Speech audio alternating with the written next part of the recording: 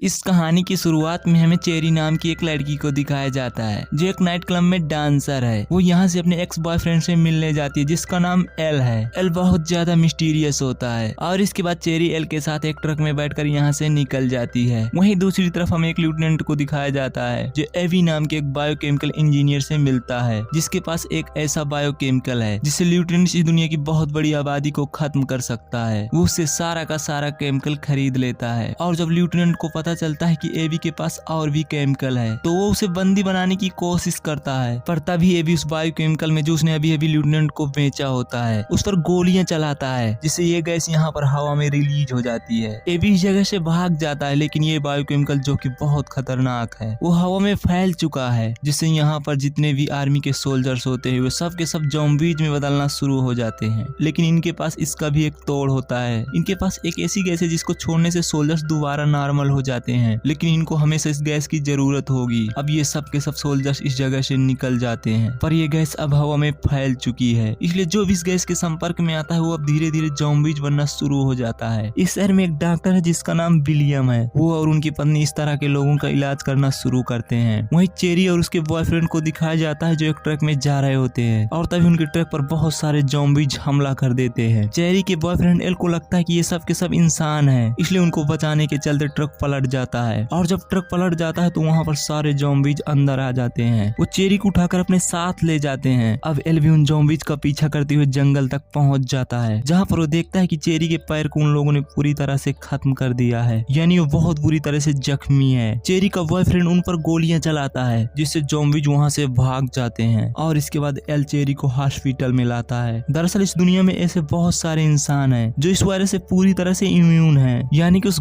Virus का कोई भी असर इन पर नहीं होता और चेरी और उसका बॉयफ्रेंड उन्हीं में से एक है। यहाँ पर हॉस्पिटल में से बहुत सारे लोग होते हैं जो उस गैस से इन्फेक्टेड हैं। उनकी स्किन धीरे धीरे खराब हो रही होती है और बहुत जल्दी ये सब के सब ज़ॉम्बीज में बदलने वाले हैं। यही हॉस्पिटल में जो डॉक्टर होता है जिसका नाम विलियम है उसे पता चल जाता है कि उसकी पत्नी का किसी और के साथ अफेयर है और बहुत ही जल्द वो उसे छोड़ने वाली है इसलिए उसके हाथ पर सिरिंज से वो हमला करता है और इसके बाद वो उसे एक क्लोसेट में बंद कर देता है। और इसके बाद जब वो बाहर जाता है तो देखता है कि वहाँ पर वो सारे पेशेंट जो कि इन्फेक्टेड थे वहीं पुलिस एल को अपने साथ ले गई होती है क्योंकि जंगल में उसने ज़ॉम्बीज के ऊपर जिस गन से फायरिंग की थी वो बहुत ही एडवांस होती है और कोई भी आम इंसान इस तरह की गन को अपने साथ नहीं रख सकता। इसलिए पुलिस वाले उसे अपने साथ ले जाकर उसे इन्वेस्टिगेशन करना शुरू कर देते हैं। पर इससे पहले एल उन्हें कुछ बताता यहाँ पुलिस स्टेशन पर बहुत सारे ज़ॉम्बीज हमला कर देते हैं। पुलिस अफसर और एल सब के सब यहाँ से भाग जाते हैं। एल यहाँ से भागकर सीधा हॉस्पिटल जाता है जहाँ पर चेरी है। चेरी के पैर पर वो एक लकड़ी की टेबल की टांग बांध देता है ताकि उसे चलने में मदद मिल सके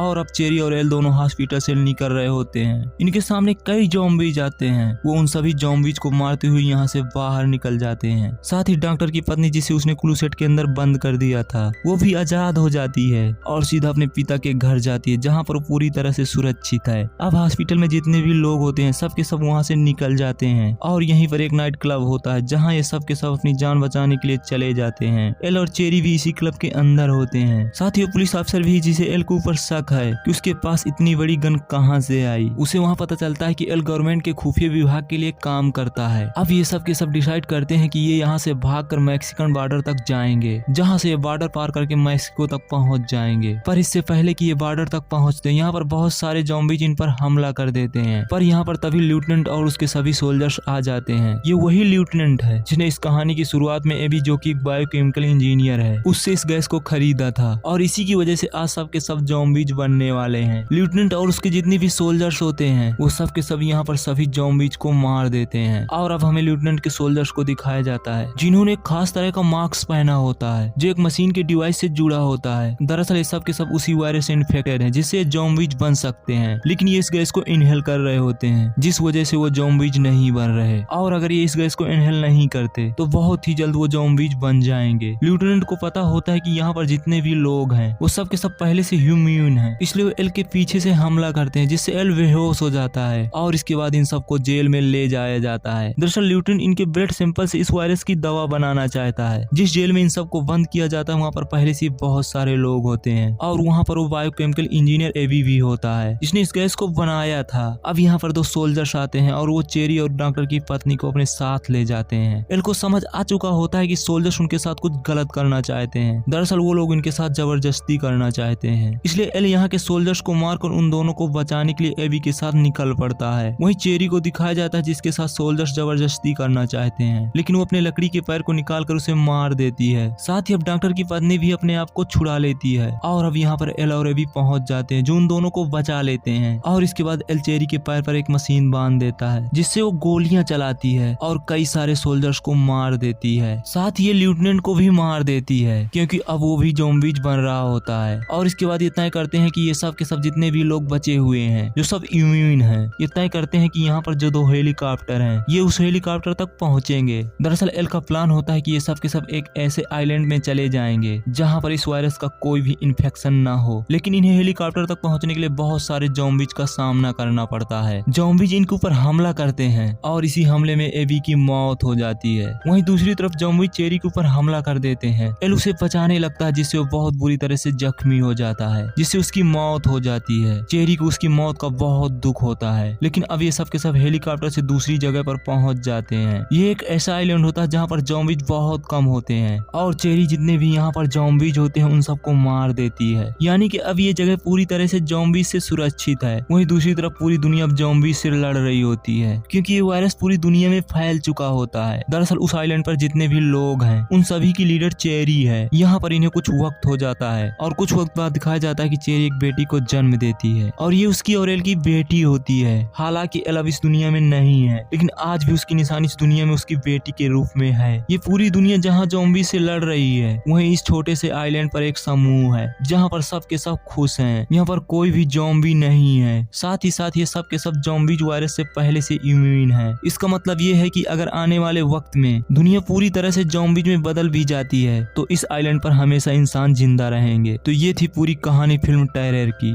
उम्मीद करते हैं कि ये कहानी आपको जरूर पसंद आई होगी।